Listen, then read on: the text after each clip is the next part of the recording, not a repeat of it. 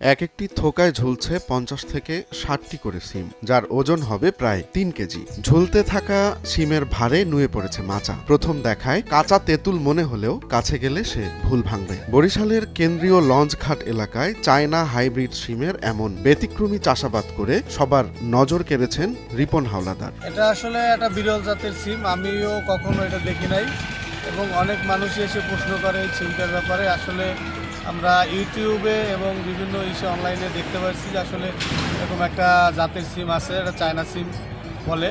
এবং এই সিমটার আমরা সবাইকেই বলতেছি সবাই চারা বা বীজ নিয়ে রোপণ করে আরও ভালোভাবে সাফল্য হয়। বরিশাল লঞ্চঘাট এলাকার পরিত্যক্ত অনাবাদী জমিতে স্থানীয় ভাসমান মানুষদের সহায়তায় একটি কৃষি খামার করেন রিপন। বিরল চায়না হাইব্রিড জাতের 4টি সিম গাছ থেকে এমন বাম্পার ফলন পেয়েছেন তিনি। আমি মূলত আসলে লঞ্চঘাটের কিছু ভাসমান মানুষদেরকে নিয়ে আসলে কাজ করতেছিলাম, তো ফাঁকে দেখলাম যে আসলে এখানে কিছু অনাবাদী জমি পড়ে আছে, তো এখানে একটা কৃষি খামার করলাম। তো কৃষি খামার করার পরে এক ভদ্রলোক আমাকে এই হাইব্রিড জাতের 5টা সিম দিল, সিমের চারা দিয়ে বীজ দিল যে এটা চায়না সিম।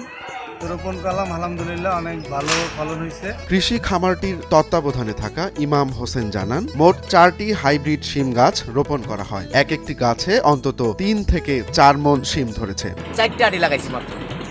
4টা আটিতে মনে করেন উপর সব ছড়াই গেছে। এখন লাস্ট না পাইয়ে ঝাই দিছি। অনেক সৌন্দর্য জিনিস। এটা হলো একটা চায়না হাইব্রিড সিম। উপরে যা আছে টোটাল মিলাই সব প্রায় 3-4 মণ হবে। সিমের পাশাপাশি বাঁধাকপি, বেগুন, টমেটো সহ বিভিন্ন সবজিও চাষ করছেন রিপন মিয়া। প্রতিদিন নিয়ম করে সেগুলোর যত্নও নেন তিনি। এবং চেষ্টা করি আসলে